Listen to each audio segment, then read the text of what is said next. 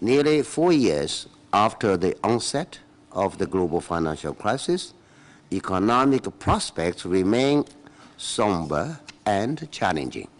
Recovery of global employment remains the most pressing challenge. Despite moderate improvements in some countries, the slowdown of global growth in year 2011 and 2012 has posed new hurdles for employment creation.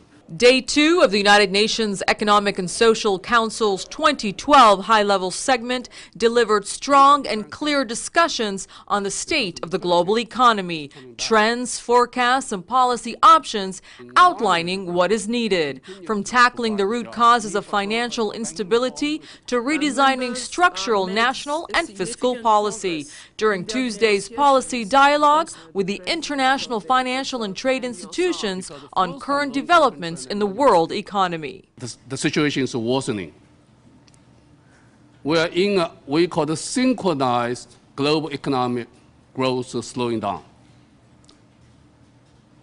The European economic growth is obviously going to be in a negative growth in a minor recession this year. And the US economy also slowing down. We just adjusted the US economic growth for this year to 2%. And for next year, down adjusted 2.25%. And the U.S. just had the lowest manufacturing output in the past 3 years. Protectionism is the worst way of protecting both jobs and industries. It's really the worst possible way, because once a country protects against another country exports, it is basically inviting a retaliation from that country, and we run the risk of being faced with a domino effect that will only get all countries worse off. Experts warn that growth in major emerging economies is also slowing, with zero space for fiscal stimulus for low-income countries as wage levels drop with global unemployment levels. UNCTAD's Secretary General Supachai Panishpakdi warned that global output growth is expected to decelerate further this year to about 2.5%, and noted that even though commitments were made at the recent UN Conference on Sustainable Development, or Rio+20, he warned that there is no global mechanism to enforce commitments. We think that only governance is effective when you have a small group of countries, of economies determining the fate of the whole world, which is not possible. So we have to bring it back here and not to be saying, look, ECOSOC can't do it. Then we have to say, how can we do it? Because at the moment, the agenda that ECOSOC is trying to put up is the agenda of the world. What the world needs at the moment is a bigger influence of developing countries on the global governance. And ECOSOC is one way of achieving that influence, but cooperation among all the international institutions is also part of that.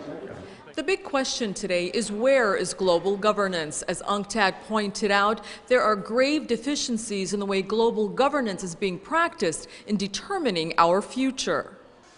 The topic of job creation to bolster fragile economic growth was also addressed in UN Secretary General Ban Ki-moon's report for the annual ministerial review, which focuses on sparking employment and decent work to eradicate poverty and achieve the MDGs. The report calls for inclusive strategies that stimulate the labor market and globally coordinated and coherent macroeconomic policies to ensure that jobs are available for all of the world's people. This precarious jobs situation is exacerbated by the uncertain nature and pace of economic recovery.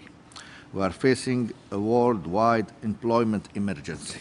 Today's meetings also concluded with national voluntary presentations where representatives of a diverse group of countries from around the world described the strengths and weaknesses of the job market in their respective nations. Bringing in about 500 participants, ECOSOC's 2012 high-level segment will run through July 9th, concluding with a ministerial declaration as a final outcome. We'll have more coverage of ECOSOC's 2012 high-level segment as Thursday's session will focus on future development cooperation. I'm Afaf Kanja for South South News, New York.